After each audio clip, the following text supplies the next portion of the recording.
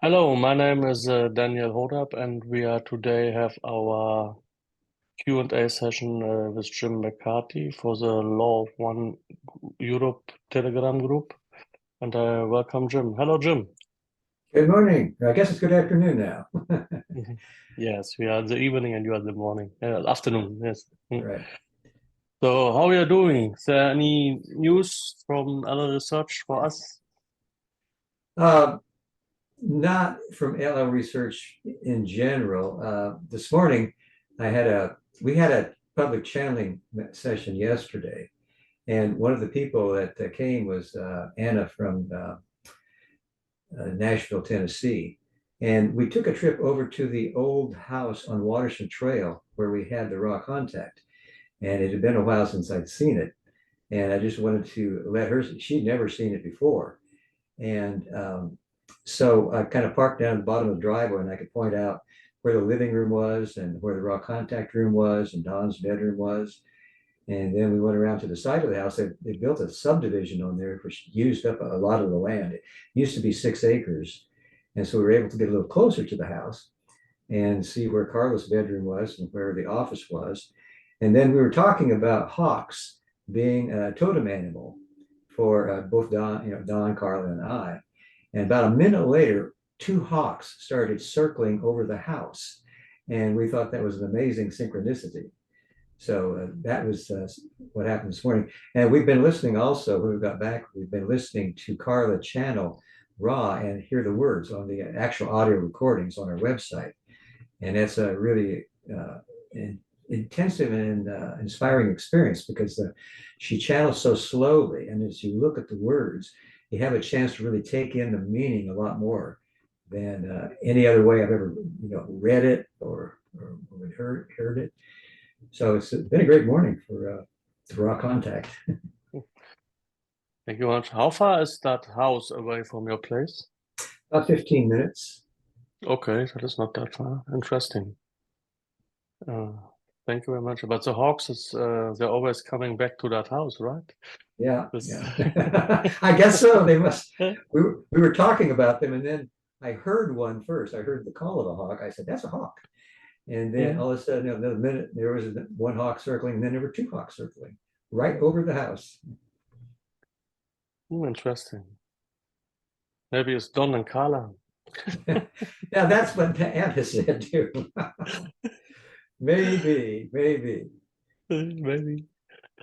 So before we are going to the question of the participants, so I will ask 1 or 2 questions from my end.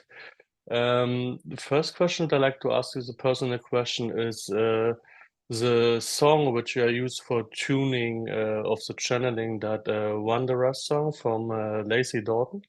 So is it produced or recorded in the favor of LA Research, or do you know Lacy Dalton personally, or how? Well, actually, we didn't know her until she sent us that album. Boundless Skies is the name of the album, and it has the Wanderer song in it, plus some other songs. And she autographed it. She said, "Here's to my fellow wanderers at Elna Research, Love and Light, Lacy J.Dalton and the gang." That's a beautiful story. No, I thought because I saw on the internet that she was also coming from Kentucky, or she's staying in Kentucky. So I thought that you have some personal meetup. Oh, really? No, I didn't know that. From what I'd understood in the past, I've seen a couple of interviews with her on the internet, that she doesn't usually come east of the Mississippi River or the Missouri River. So I would be surprised if she were here, but I'd love to see her if she was. Yeah, no, I saw it on the internet that she is also located in Kentucky. So my other question, second question I have, because it was a topic which is running up and down in our group for a while now. So I would like to have your opinion about the difference between density and dimension in the terms as Ra is using it in the contract. Can you expand on that one, please? I don't believe there's any difference. They just choose to use 2 different terms for one thing. I think dimension is a general term to describe the the first, second, third, fourth, fifth, sixth, seventh densities. And density is a term that describes the amount of light, how dense the dimension is in light. Each dimension has a greater amount of light, which allows more experience of the creator, more of a feeling of unity. There's no veil there. You can see a lot more. So I think that's basically the same term, a little bit of differentiation. Yes, thank you very much. Because there were so many opinions about that one. So some say that this dimension is more physical and densities are more metaphysical, and so. But anyways, I think always connected to the perception that you have currently. Yeah. So now I would like to ask the participants who have a question, just raise a hand or type it in the chat. I know that some people have already. Who wants to start today? Lynn wanted to start, I see. Hi, Jim. So Hi, good to Lynn. see you. Yeah, good to see you again. Yeah, and you know what? First, I really want to thank you for all your audiobook work because which compliment me every day. So I know your voice so good. You are daily in my ear. But recent time, that was just a moment. I thought, okay, the voice of the creator to speak to us, but not something, I has such respect to your work and but not worship you. You know that we are all the voice of our creator. But yeah, I'm so grateful for your all the books. It's sometimes I feel the book audiobook is much better than to read it, and to hear your voice is easier to read. you know, because you put also your emotions, there's more energy in the audiobook than a normal paper book, you know. I just want to place my thanks to you again. Well, thank you. Thank I you. feel like Don and Carla were with me while I was making those audiobooks, especially for the raw content. I just felt their presence. So I think that helped a Oh, lot. yeah, yes. Okay. So you feel when you speak, you are more energized. Yeah, I did. I felt it. I did. Yeah, because I remember if we say that, I remember in one session there's about density. There's two of your three are six, and one is fifth, right? But the Yes. fifth is here. Sometimes it's a Jim six or fifth because he is a voice. Maybe you will make your last classes here, the last term of fifth. Who knows? Don't you think that sometimes? I've thought all kinds of things. I've just given up Okay. thinking about it. Yeah, it All right. doesn't matter. It doesn't Today matter. okay, yeah, doesn't matter. Really doesn't matter. I even don't care whether I'm wonder or not. Okay. And the question today I have is about rheumatoid arthritis. If I'm not mistaken, I heard in the recent interview you got some problem in this matter as well, right? Like Carla. I have osteoarthritis Ah, okay, in the bones. Yeah, in my yeah. hands and my feet, especially, but Mm-hmm. not anywhere else. Yeah, I have this disease many years ago, so I keep doing yoga and a lot of Mhm. healing of myself, okay, to keep this disease away from me. And however, these days I'm thinking, what is your thoughts about that? Does the rheumatoid arthritis has something to do with our conscious work and growth? Because it's not you, I just recent time this thought come into me. Carlo has that. Also, a recent time I read a book. Chris, he just wrote a book about UFOs, his encounters. He has these severe diseases all the years long too, which is such a suffering for him. So I think there's still some metaphysic purpose to have this. You know, what what is your thoughts about that? Well, I think that in general, any disease we have is something that we have pre-incarnatively chosen to give us what we might call a challenge to work with how that disease manifests in our life and to be able to grow from it. For example, Carla pre-incarnatively chose to have rheumatoid arthritis in order to not be so active in the mundane world around her and instead focus on her spiritual journey, channeling, meditation, prayer. So that was something that really it worked for her. But because it was a free will choice, it also gave our negative friend an opportunity to enhance the pain that comes with arthritis if she did not observe those boundaries of not going out and doing too much in the workaday world. For myself, it's just my opinion, I might be wrong, that I chose this type of osteoarthritis as a kind of limitation of movement so that I would be challenged to go beyond what it would supposedly allow me to do. My ability to achieve physical labor or to work in a physical sense is something that I've always done all my life. And this type of arthritis has provided a challenge that I have been able to meet by continuing to do the work and actually working and like taking my speed walk and digging my gardens and just exercising is a good way to relieve the pain of osteoarthritis. Right. So, Okay. About the healing, also the negative gradients in, I remember that the Carla gets some worse or get more easily in that time frame.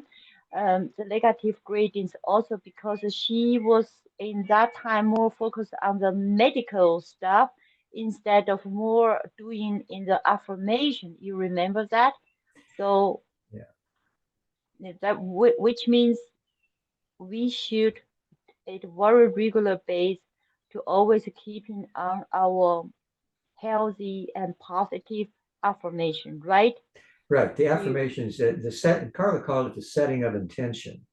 And I think that is important for whatever you want to do, because that way you kind of let your mind, your body, and your spirit all know that this is what you as an entity, a soul, have decided to do. And then maybe they can work more in harmony with achieving the goal that you've set or the desire that you have. Mm-hmm. Is such kind of affirmation is more prayer or I just something I order for example, I do for myself say, okay, I'm healthy, I'm joy, I'm love. This is my affirmation. I Mhm. would like to know what is you guys experience or sentences for of affirmations for such diseases or other the catalyst happens in our lives.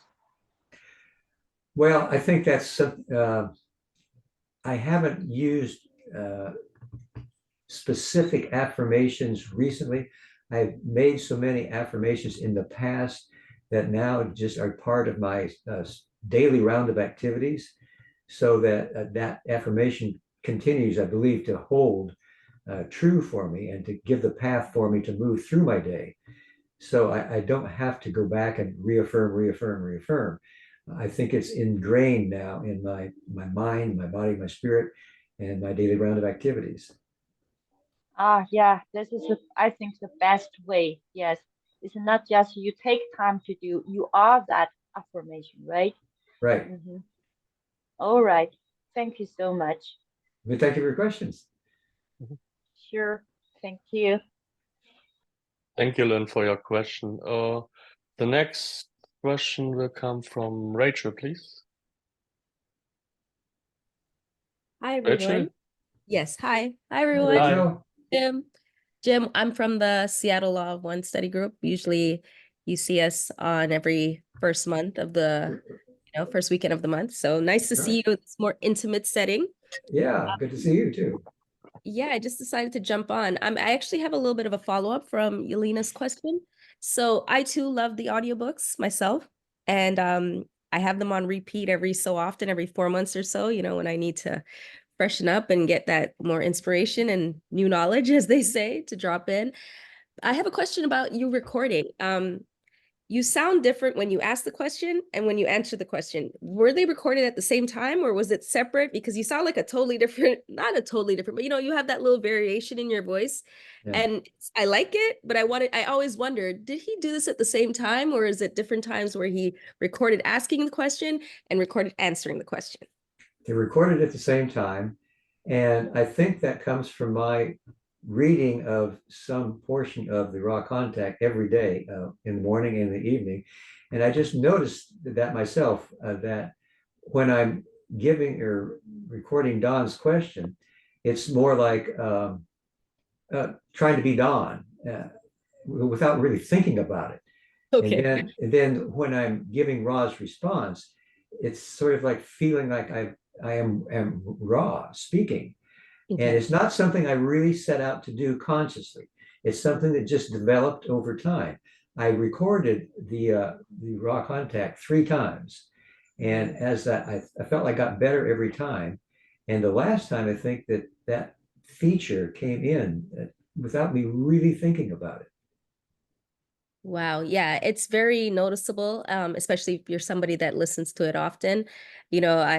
The variation is just interesting. So I said, one of these days I'm going to ask him that question all at once, because it's, I'm sure Elena could attest to this if she's listening to it. It just sounds like you're like Mr. Questioner, and then you're Mr. Answer guy, Yeah. Yeah. So that was very interesting. Thank you for that.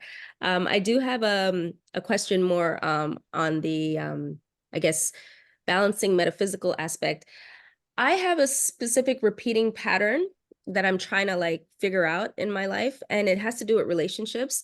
I either have 2 type of relationships coming my way. Either I have a very healthy relation, well, I won't say healthy. Either I meet somebody and this is like a romantic partner who's either very who never really I guess treats me well, or I have the other romantic partner who wants to treat me too well and I'm not interested. So of course, yes, it's really strange. So I'm really trying to dig into this, because I was contemplating on this from last night and then into this morning.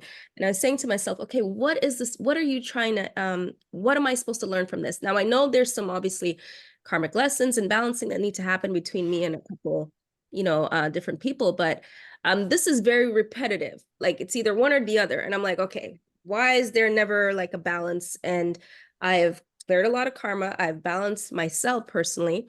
I'm offering the best version of myself. Why does that keep repeating? And how do I fully balance this to not have that same repetition coming my way all the time? I'm going to have to say that I don't know. But in general, I think that probably it is a pre-incarnative choice that you are taking some time to learn. And I've discovered in my own life, some choices take a lot longer than other choices to learn, or some lessons. And it might be that being treated well or poorly, that balance that you're looking for is something maybe you need to find that in yourself. I don't know. Maybe you just need to keep working with whomever comes your way to see if the balance is getting closer. Or maybe you need to accept one or the other. I really don't know. Yeah, it's I very think everybody has unique lessons, and so this is yours, whatever it is. Yeah, I feel that it is the lessons, because like I said, it's repetitive and I'm trying to balance it, but I was like, Jim has to have a secret weapon balancing technique. So I was like, give it to me, Jim. I need it. But Well, I can balance myself better than I can balance somebody else's relationship to me. I know. But I've definitely been working on the self and doing all my balancing and my contemplation and making sure that I'm offering the best version of myself. So I'm not out there wounded, trying to be this, I'm really balancing emotions. I'm processing, I'm doing everything I'm supposed to be doing. So maybe like you said, you and the hammer at 68, you finally said to yourself, hey, okay, I love Jim, so no more anger needed. So maybe that's my process, just keep going through it until I reach that final. Yeah. So it takes a while sometimes, some lessons take a long time. Yeah, but I appreciate your input. Thank you so much. Thank you for your question. Thank you, Rachel, for your question. The next question will come from Joe. Hi, Jim. I'm Joe. I'm in the southeast of England, and yeah, I actually met you in Berlin last year, so that was the first time on the Q&A session we had then. But my question to you is, oh, and by the way, I love your audiobooks too. Thank you. And I've written, it's a two-part question, and I've written it down. So if and when you meet someone who doesn't know the law of one, but you feel they might be open to it, in what way would you approach it? Well, I guess it would be hard to say if I didn't know the person and we met for the first time. If I just mentioned the law of one without them asking for it, I think that might be inappropriate. If we were spending some time together over a longer period and they were sharing something about their own life that had meaning to them, then it'd be more natural maybe if I mentioned the law of one as something that has meaning to me. I think it's something that you really can't just go out and proselytize and be a preacher, and let people know that, hey, this might be helpful to you, because that's sort of an infringement on free will. So I basically, Yeah. I like to wait to be asked, Right. somebody asked me, well, do you have a spiritual path? Have you read this or that book? What has meaning for you?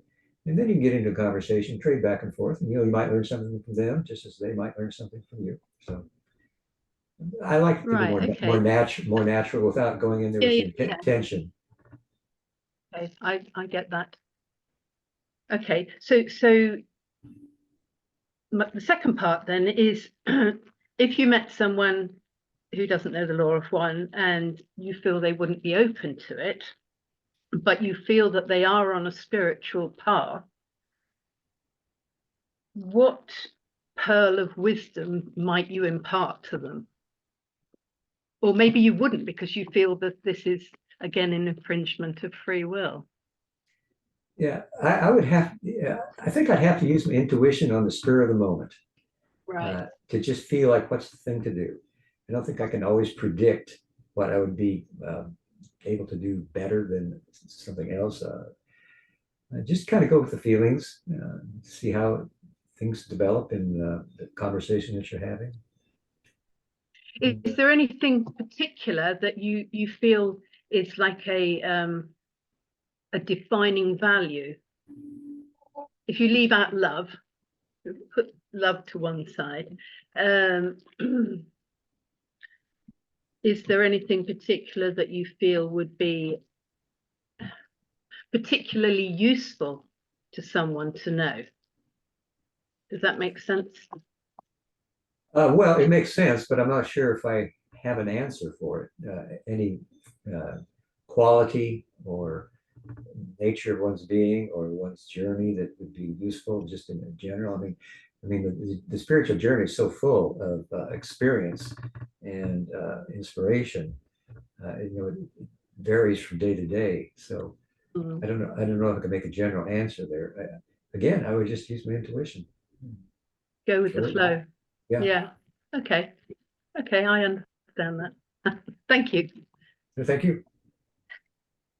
Thank you, Joe, for your question. Jim, I want to like to place a question because it have coming several times to my mind. It's about the free will. So when you said before your incarnation, you said make your current settings for your incarnations. So, and while you are in the incarnation and you don't like to deal with such kind of things, and we have discussed that one in our group because of a conflict of the free will. So you have a free will before incarnation where you're doing all your settings, and you have a free will inside your incarnation. So which have actually the higher value in the meaning of when you have tackle some catalyst in your incarnation which you actually don't want to tackle with. So there's also somehow also infringement of the free will, right? or the free will before the incarnation have a higher value in that one? I think the free will during the incarnation is what really sets the spiritual path in motion and determines the direction that it goes, and whether or not you observe or go with the free will that was chosen before the incarnation is something that may or may not play out.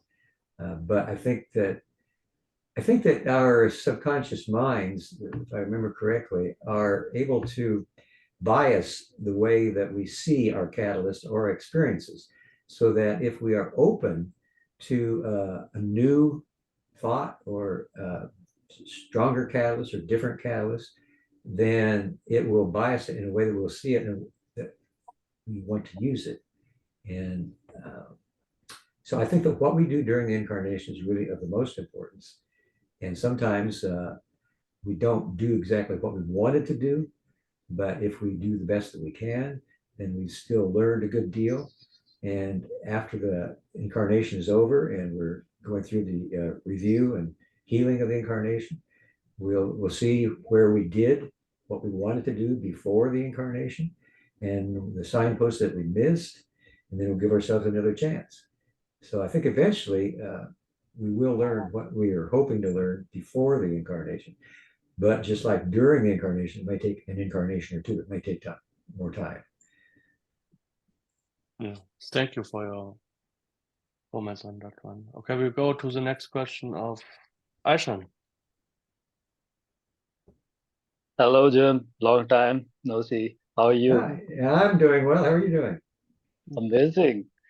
I'm just so excited to share with you that I am currently doing like archetypal mind study sessions with a partner here in India, and I'm like going like really deep into it, and I've like made notes for them, and I have sent the mail to LL Research a couple of weeks ago, and I would like that if you would review those notes, and we can go into like publishing those that in future for this love and light community of all of us, and I would like to like share my excitement of the study that we are going in and the connections that we are making each day, and the insights. Those archetypes, the matrix, potentiator, catalyst, experience. I just have found that they literally correlate with the energy centers, and they correlate with the energy bodies in a hierarchical manner. And amazing. I would like that, I've just sent the mail, and I would like that if we can initiate a communication, with LL Research team about this, ongoing venture of mine. It would be amazing. So you wanted to communicate with LR Research about the archetypes? Is that what you're saying? I'm saying that I've made notes about these, and I have sent that email to the LL Research team. And I would like that, if we can, develop on that, as a publication that could come in the near future as we refine those notes, and like maybe collaborate on that understanding that I am developing, and we can develop on that. So did you send them to contact@llresearch.org? Yes. Okay, well, I'm not aware of it. I don't get that email.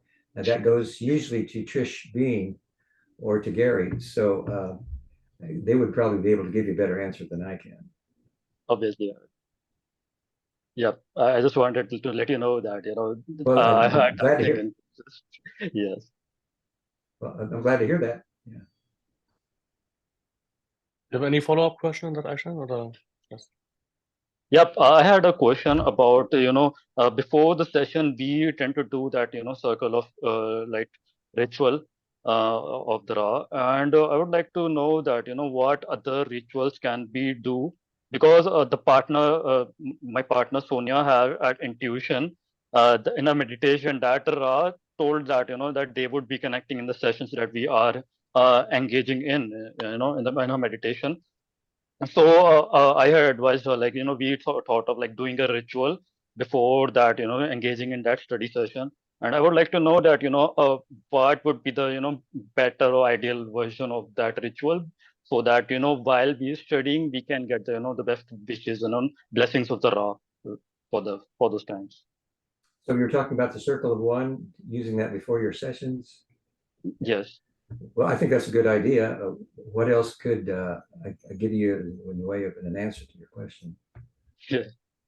And another thing would be like, the white magic rituals we are thinking of, like developing kind of our own ritual, and, like, which could be like, making it into the service of the greater reality or unity. And what would be your views on this, white magic, precisely, anything about white magic as your views? White Well, magician. yeah, Ross suggested that the various rituals that are available, such as the banishing ritual of the lesser pentagram, are well to start with because they already have a power within them and they have been used for thousands of years.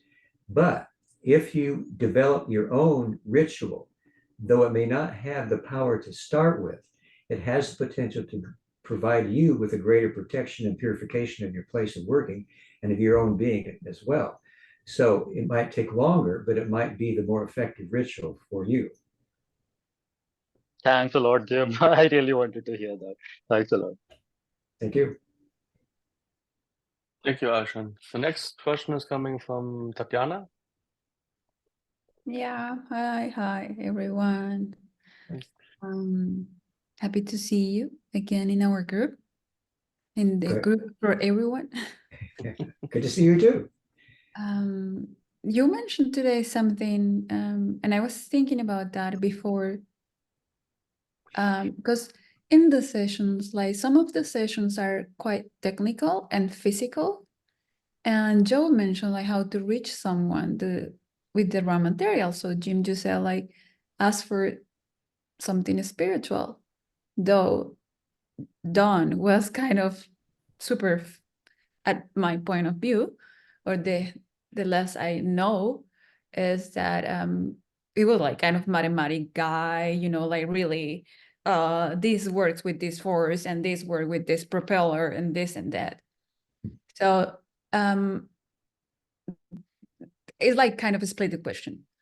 The first one is like, if you ask for a spiritual, like, do you have any spiritual path? And the person has nothing to do with the spirituality or think, I don't know, like, let's say an atheist. And he's like kind of like the mathematical guy who actually believe in matters and in physics and this kind of stuff that actually are mentioned a lot in the material, because my point of view is like sometimes it's really complex and hard to understand. How you reach a person like that? I think you probably have to develop a relationship on a more mutual level of their particular understanding of relationships. And this would not be something you can do with somebody in the short run. You have to be in relationship with them for a while so that you begin to talk about things other than what is normally going on in your daily round of activities. You begin to be more authentic, you begin to share what has meaning for you. And they get to do the same with you. So that once you develop that kind of relationship, the one-to-one, more personal sharing, then the field is wider open to get into deeper areas of spirituality, and you both can explore it. But it takes a while to do that. And it's not something, it's not a quick fix. It's, you just can't, inject them with your spiritual qualities and expect them to respond in the same way that you hope. So it's something that takes time. I think that's what we're all trying to do with each other as we're meeting people, with our neighbors, with the folks in our community, whoever we meet. I think we have the opportunity to develop that kind of relationship. And if you're just your authentic self with whomever you meet, however short or long period of time, then let the inner guidance bring you to the opportunity to go deeper. It's not something you can force on anyone. Just let it happen. Relax and enjoy the time together and be authentic, and just let the coincidences happen. The shared experiences, because that's actually, I think, what we're all trying to do here. We're trying to make connections, spiritual connections with people. And it isn't easy to do in this world because there's so many people just going about their daily business, and they're happy with having a good deal of money, a nice home, a good job, a family, and just let it go at that. And that's all okay too. But life is deeper than that. That's kind of on the exterior, in the spiritual sense. So it just takes time. It just takes time, and just keep working at it. Open your heart, be authentic, give what you've got, and take what they have to give. Okay, thank you for that answer. So the follow-up question for that answer actually is like, it's just like curiosity, it's just my curiosity spinning around. Do you understand all the topics that when Don was getting like really into physics, like how, for example, the pyramid works, how, for example, was connected the energy to this and that? Do you all understand that like easily? Because Carla was like in, let's say, a coma, and she was just saying these super complicated words, which I believe they were not like the normal wording for her, and either maybe for you. So when you were reading all these sessions or rereading, because you were doing the writing on it, it was easy to you to understand everything on it? No, no, some of it's kind of beyond me too. But Carla said that the more you read the material and you study it and you think about it, that after a period of time, it kind of reveals more to you. There's more layers to it that are accessible to you. And so if you set your intention to try to penetrate some of the difficult concepts or words, that eventually that can happen. I've discovered for myself, on our website, there's the audio cassettes that are played. So you can hear Carla channeling Ra, and then you can see the words that she's channeling at the same time. Yeah. And I've discovered that is a very intensive type of learning. That I've discovered things there. Since she speaks so slowly, and you can also see the words, you have a chance more to think about them rather than just reading and going on, skipping over them. And so that's been helpful to me to try to grasp more of what's being said. And I recommend it highly for anybody who's interested in trying to deepen your understanding, even though understanding is not exactly as this density, as Ra said, but your grasp of the point that's being discussed. Yeah. Okay. Thank you so much for the answer. Lovely. Thank you for your question. Thank you, Tatiana. Jim, I have also a question about channeling in general. When you are channeling the different entities like Latvi, Aton, Quo, is it any difference in feeling channeling those entities, you say? It has been years since I've channeled anybody but Quo. Back when I first started with Don and Carla in the early 80s, we were channeling all of those entities. And I think there was, I could feel some difference between, Latos was the one that we worked with when we were learning how to channel. They were the ones that specifically worked with new channels. And so I became familiar more with their presence and their vibration, so that when we began channeling Hatan or Latwi, I could feel a little bit different, especially with Latwi, a higher vibration. But nowadays, since I haven't channeled anybody but Quo, I'm not sure how it would be if I channeled anybody else. I mean, I really don't know. Okay, thank you. There any interruption, like negative greetings with that channeling over the years, apart from this from Ra, which we know from the material? As far as I know, we've not had negative greetings, and part of that, I believe, is because I do the banishing ritual of the lesser pentagram in this room where we have our channeling every day. And so it's a part of the protection and purification of this room. And it provides a kind of an armor of light that cannot be penetrated by negative entities. And so far, knock on wood, I don't believe there has been any contact of a negative entity. As far as I know, I have not experienced any myself. I don't think anybody else has either. Okay. Thank you very much. Then let's go back to the question from the participants. Rachel, have another question? Hi, it's just a follow-up on your channeling, Jim. Do you receive any downloads in between channeling? Like, do you know when you're not channeling and you're just hanging out after you're dancing or whatever you're doing? Do you ever like get a download that says to you any messages from anywhere? Obviously the Confederation Positive Beings, but does anything like that happen to you? Not really. Occasionally I hear from Carla. I feel her presence. And occasionally I have dreams about her that gives me information, but no other sources besides her. Okay, good to know.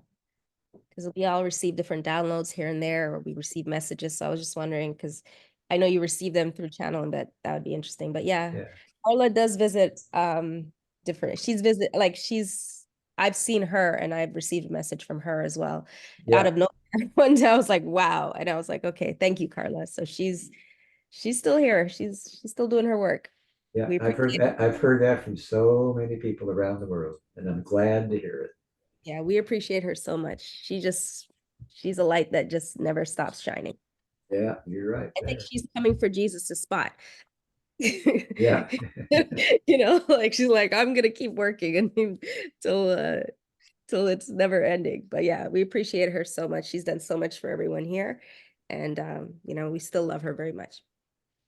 And I know she loves you, and I love to hear about your interactions with her. It's always inspiring to me. Thank you. Thank you, Rachel. Jim, I want to have a follow-up question. So how is the interactions with Carla going on? Is it through dreams or how is I can imagine? Dreams has been one of the primary ones over the years since she passed into larger life. But also just sometimes out of the blue, I'm thinking about something, maybe a problem or a desire, and then I just feel her presence and I just hear a few words, and they're always very comforting. It's just something that I never can predict, and when it does happen, it's extremely special and beautiful. That's amazing. It must be very heart touching. Thank you. Oh, yeah, Thank you for that. I should have another question. Thank you, Daniel. Jim, I would like to give my views on this line that is often heard in the Law of One community and ask your perspective on this about the statement that is often said that this density is not of understanding, but this density is of love. And I had, my understanding about this is that, there are entities that are present in this incarnation planet that are perhaps also fifth density of understanding and wisdom. And if they confine themselves to this notion that this density is of love, not understanding, I think that they may be, not be able to understand well to evolve in their fifth density as their density of, spirit. What is your take on this? Why is this said? This is density of love and not of understanding. Because I think that understanding is equally as much important to be loving efficaciously. The wisdom to love. I believe that this is the density where we are attempting to learn love. I think that's the goal. If we can open our hearts in unconditional love in at least 51% of our interactions with others around us, then we are able to be graduated or harvested into the fourth density, which is the density of love and understanding. I think that the reason this isn't the density of understanding is because we are on the other side of the veil of forgetting. We all go through that veil. And that veil keeps us from understanding the true nature of reality, of being one of unity and created by love and light. So the veil gives us an opportunity to try to understand, but more than that, to share our love and to open our hearts and to be of service to others as much as we can be, so that we can actually be graduated and penetrate that veil. So I think that that's the goal. And that's what we're all working together to try to do. And when we work in groups like this, I think we can increase, not necessarily understanding, but we can increase our open hearts. I think, understanding might be not the word to use, but grasping, attempting to understand, gaining understanding, increasing understanding, trying to plant the seed so it does grow. But the seed is love. And that love is the key to all of our growth here in this third density. Yes, thank you very much, Jim. My follow-up would be that this statement does seem to kind of put the understanding back in the background too much, that it really makes lose the importance of understanding and the ability to love. And also that if a person is like very much loving and wants to ascend further in the spiritual evolution, that that he maybe have developed like more than 51% of love in this light, in this density of experience until now, and he want to go further into experiencing the fifth density experiences on this planet. Is that possible that if he starts to start his venture or pursuits into understandings, he may go into the fifth density harvest later in this incarnation also, on this planet also? Is this possible? I've heard people say something like that was possible, but I really don't see how. I think we have to go a step at a time, a density at a time. I think that there are wanderers here from higher densities, from the fifth density of wisdom, that might be able to express more in the way of the light of wisdom, if they're able to penetrate the veil of forgetting. And I think that's what everybody is trying to do. So it might be that if we keep working on the love and penetrating that veil, discovering who we are, that there could be more understanding achieved.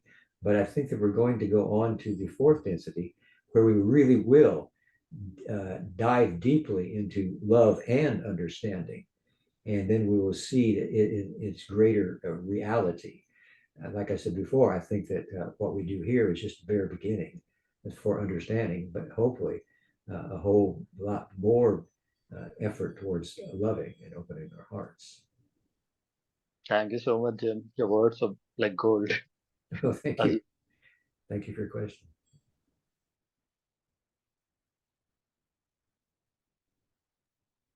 Thank you for your question, Aishan. Let's go to Lynn. Have another question, Lynn? Yeah, I have indeed a follow-up question based about the channeling.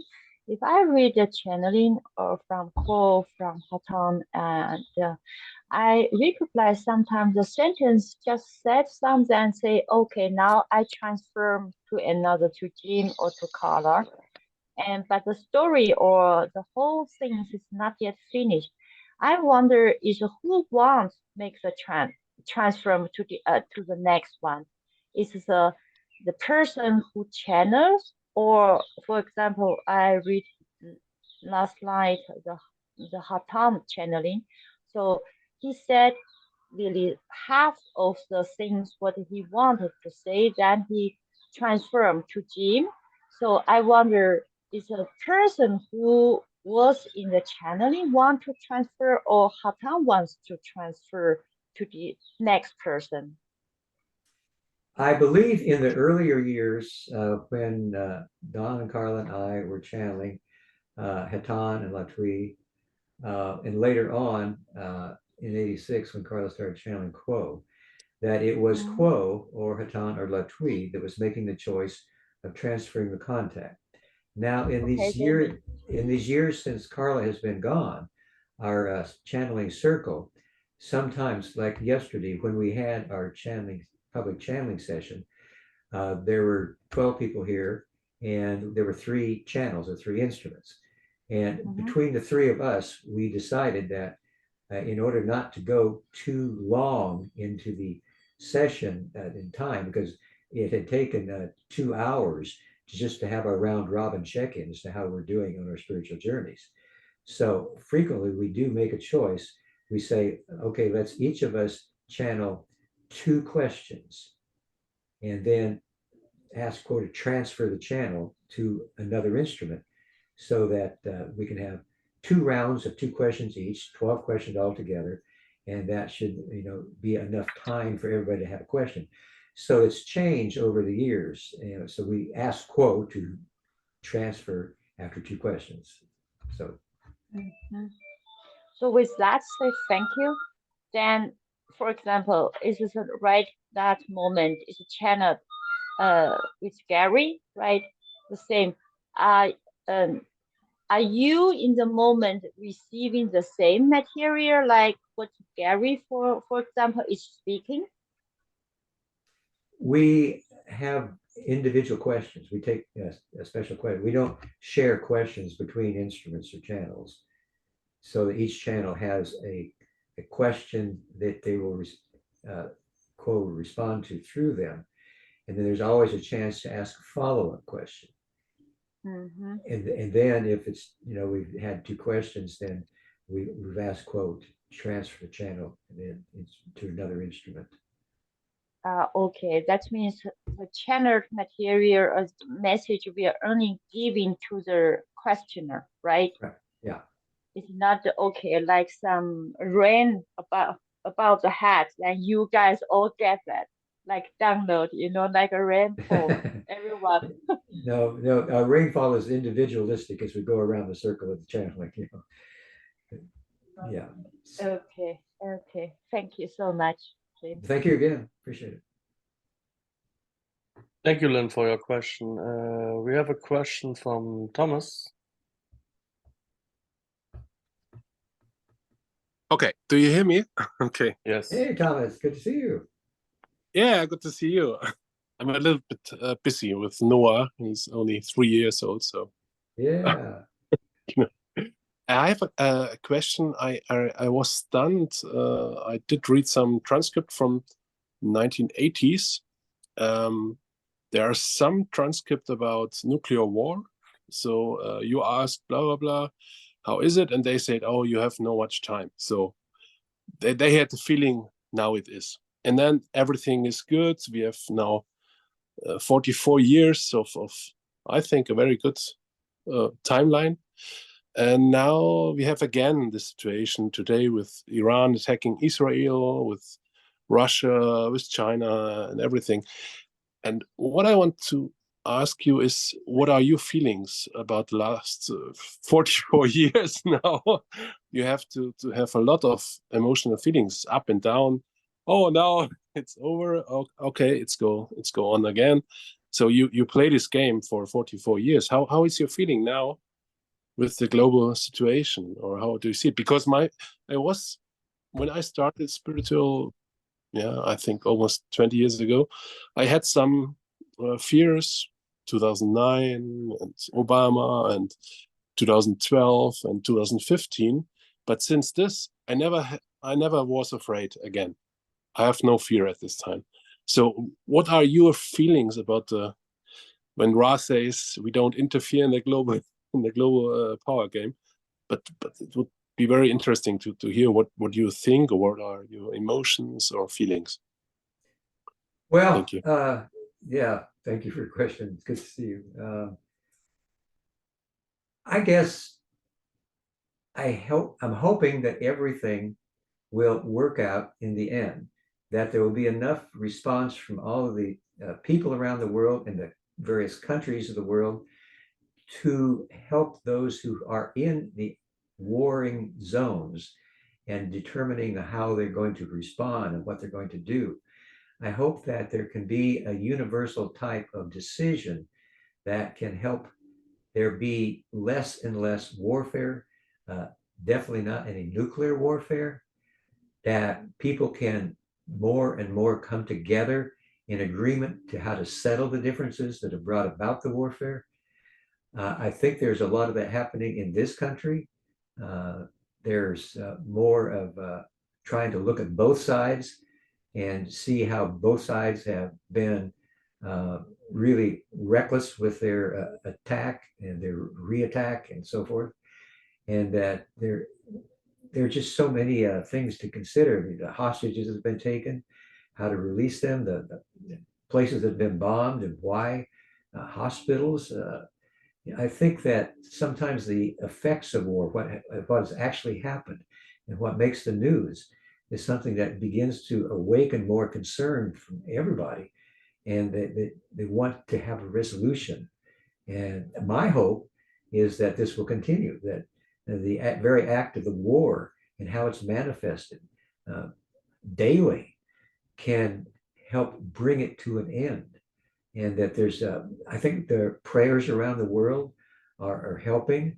I think that visualization of peace, of sending love and light to the areas that are engaged in warfare, helping the guidance system of all the entities that are actually in the battle lines and fighting the war, just to find another way. Now, it's almost an impossible dream, but Ross suggested at one point that it is possible that in one fine, strong moment of inspiration, we could decide to love each other and to bring it all to an end and to see everybody as the creator.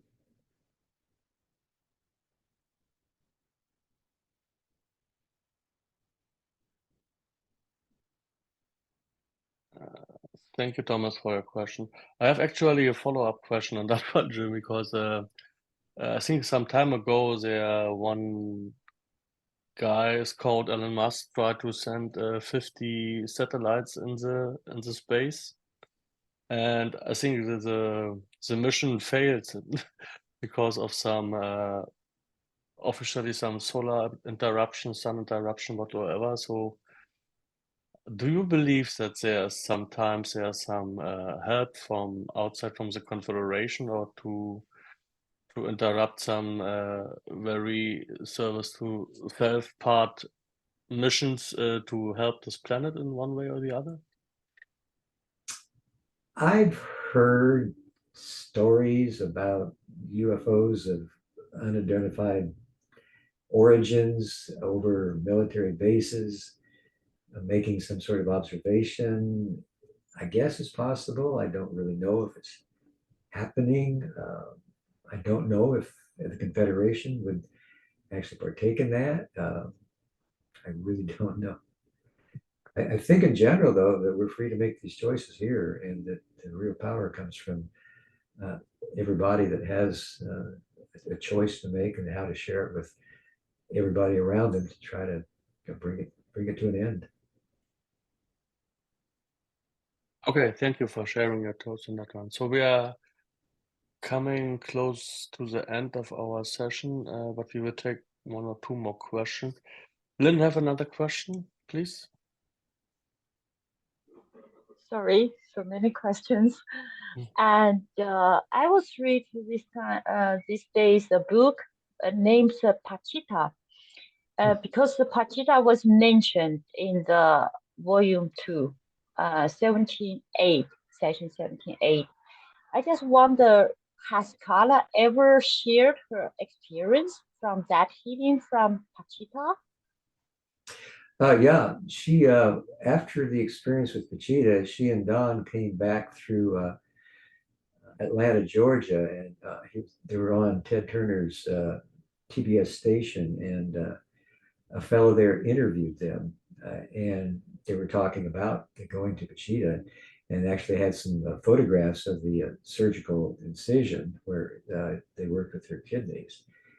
And so that's, I think that's probably available on our website. I'm not sure how to get to it.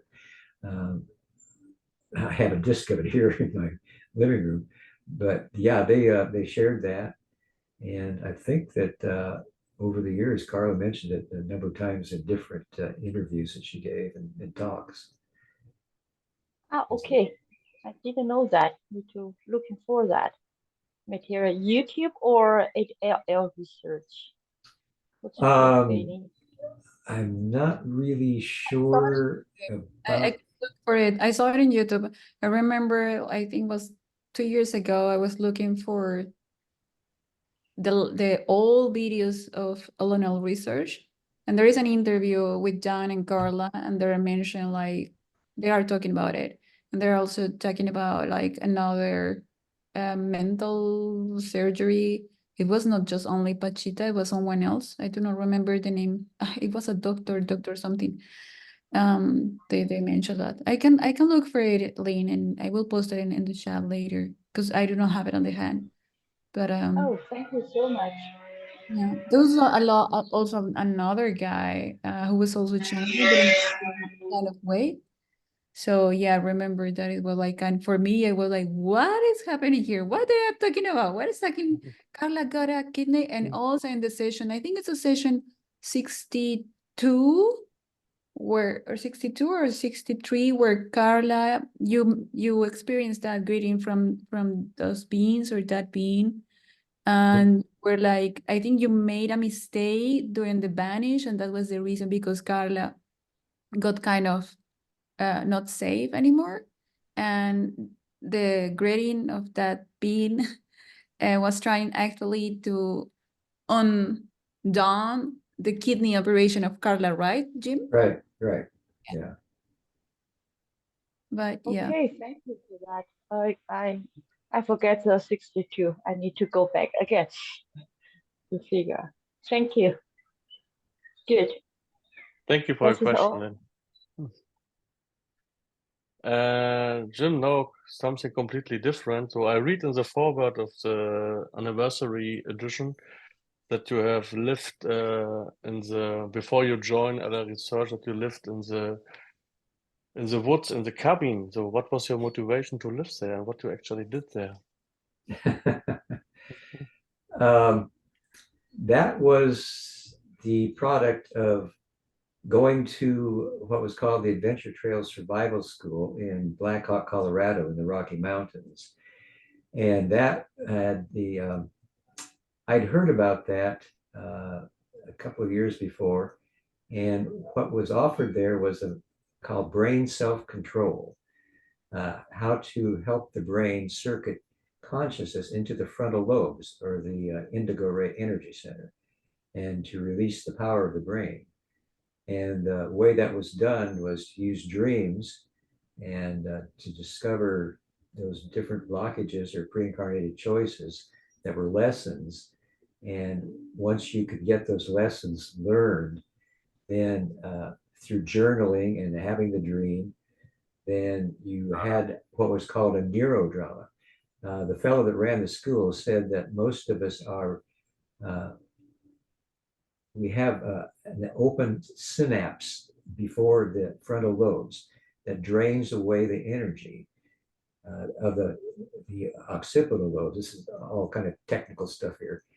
But the basis of it is that when you learn the lessons through dreaming and journaling, then you perform a neurodrama that carries out what you did not know you could do as a child. Most of these things that manifest as problems that keep us from circuiting our consciousness into the frontal lobes are programmed into us from our childhood, usually before the age of 7. So at that point, you didn't know that you had a right to refuse to be programmed that way. Now, I think that these are pre-incarnated choices, and that what we really were doing during the neurodrama was that you would reenact either what the dream told you or what you remembered as a child. And you would shout and scream and holler and say, no, I do not want that.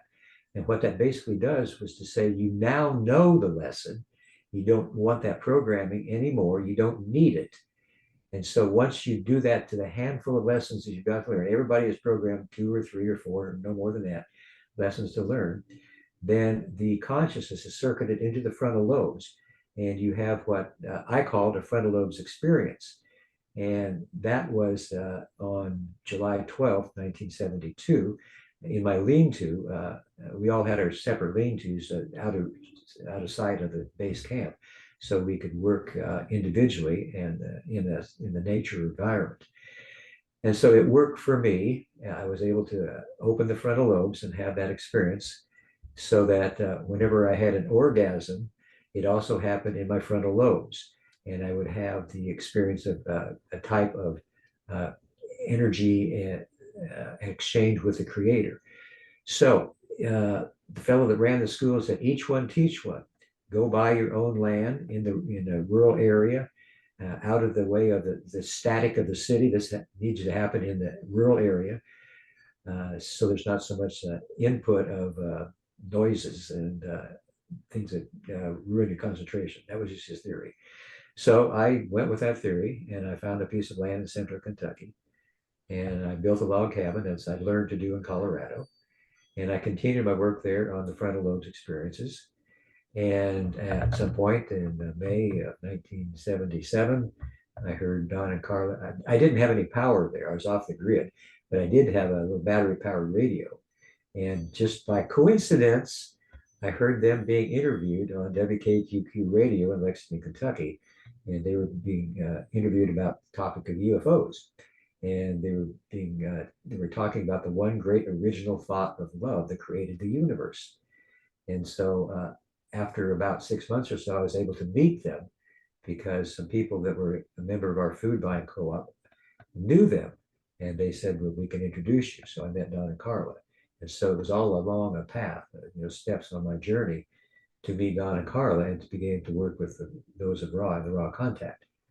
But the frontal lobes experience was just sort of a side effect, but it's something that's available to anybody that can work with whatever lessons you've learned or haven't learned, and the lessons you've programmed and then are attempting to learn, so that that energy can be released into your frontal lobes. That's apparently the way the brain's meant to work. Thank you very much, Jim, for sharing that story. I would say we take 2 more questions, and then that's it for today. First one is coming from Thomas, please. Yeah, Jim, I have a bit follow up on this.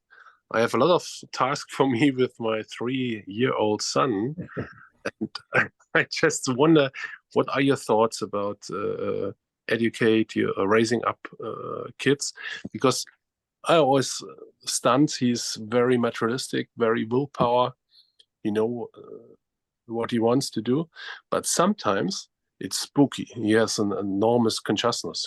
If I'm sad, he feels it, or if I'm good, he feels it. So there is something. I think he may be a wanderer, but very on point to his materialistic life. So just I wonder what do you get letters or emails from other search people, or what are your experience with your mom and dad? What do you think? What is the best to bring a kid to spiritual life and to meditate? I think it's very tough. So, however, what do you think? Well, I don't have any personal suggestions there. I just remember what Ross said, that it's a good thing to share whatever your spiritual journey is, especially through meditation, with the children that you have, so they see you pursuing a spiritual path. Maybe you can share something about the Raw Contact or some other spiritual book that you've been reading, and make a more concerted effort to share what you feel is important, so that your child, who seems to have an ability to pick up what you're feeling, can get a concentrated effort about what you think is important in life, and might cause your child, your son, to find that of interest, to pursue it on his own. And as he grows older, it could become more intricate through meditations, contemplation, all kinds of different things that could happen because of how you're consciously sharing with him what you have to offer, and not just sharing now and then unconsciously if you're feeling good or bad. Yeah. Thank you for your question, Thomas. The final question today comes from Rachel. Yeah, thank you, Daniel.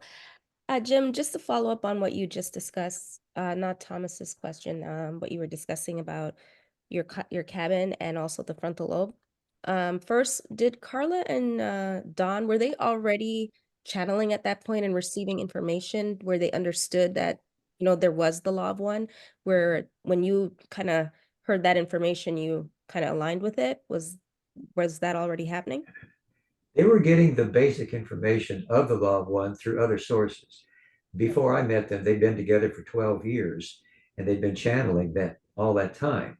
Carla started with channeling Haton at the fourth density in 1974. And then in 1978, but actually the first channel, yeah, was back in 61, but Carla didn't learn to channel then. Haton was being channeled by everybody else in the group except for Carla. Don conducted an experiment with his physics students from the University of Louisville. And eventually everyone learned to channel except for Carla. She enjoyed the meditation and they were all channeling Haton. So by the time 1974 rolled around, all of those students were gone. They'd gotten jobs in different parts of the country and Don was the only channel left. So we asked Carla if she'd learned to channel. So she did. So in 74, she started with Haton. And then in 78, Latui of the fifth density and advanced over the fourth density began channeling through her. And they were all talking about the one great original thought of love that created the universe. And the higher they got in density, the more information they got of a specific nature. So that when the Ra contact started on January 15th, 1981 with Ra, they were beginning in that same place too, but they were able to give far more intricate and layered information because Carla was in trance and out of her body, and Ra was using it to give specific answers to questions. So it was a process of evolution of the degree of understanding of the one great original thought. Yeah, I wanted to know if they were already receiving that information, because by the time the law of one or the Ra contact came, it was so clear that that's when they were like, okay, this is like our jackpot. We were waiting for this information. That's very interesting.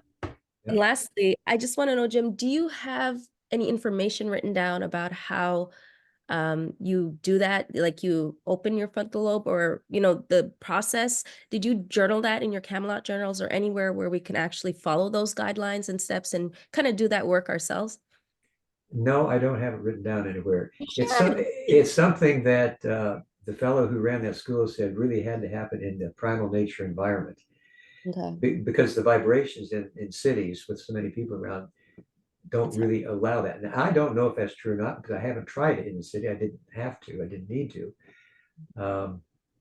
So I haven't written it down. I think you should consider, for those of us, I don't know, people will take trips, so consider it. Probably making a format of that, because it's very interesting. I've heard you discuss this more than once, and it's always sparks my interest, and especially the part where you say you have orgasms in the frontal lobe is always interesting.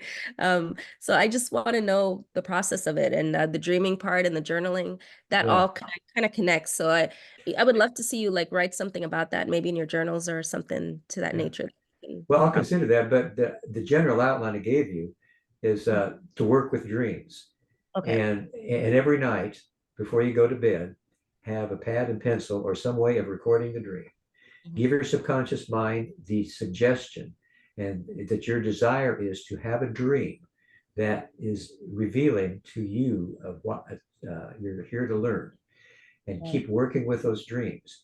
And when you get something that you think is really worthwhile, you journal all that you can of the dreams, and then just try it with a friend. If you have something that you feel is a lesson that you've learned that has the potential for unblocking the power of the brain to go forward, then find a friend that will play the part of whatever person programmed that way, and do what you would as a kid. If you have the knowledge you do now, that you have the right to stand up for yourself and holler and scream and just get it out. There's a book by Arthur Janoff called Primal Scream, where this is the basic way that they proceed in there.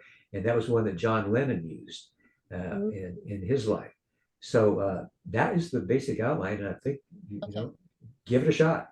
I will. Thank you so much for going in more detail. I appreciate that. And thanks for joining us.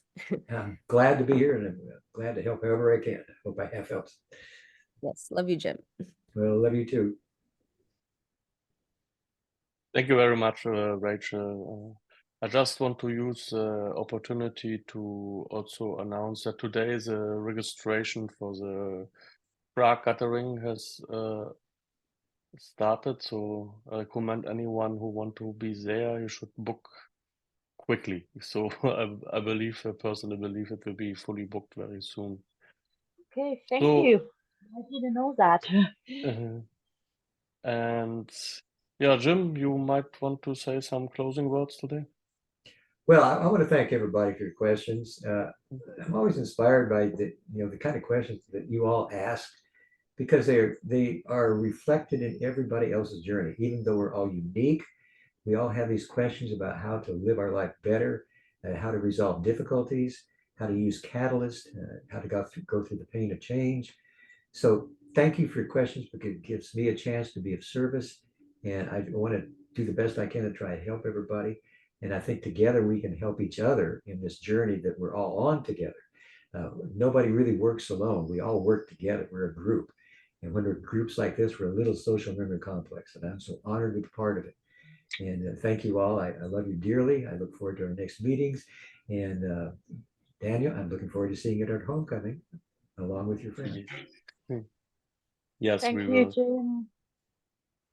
Thank you very much, Jim, for your time that you adjusted to Love our you all. usually meetings. Thank you very much, Jim, and see you soon, everybody. Thank you for being with us. Thank you. Yeah. Love you all. Have a great day.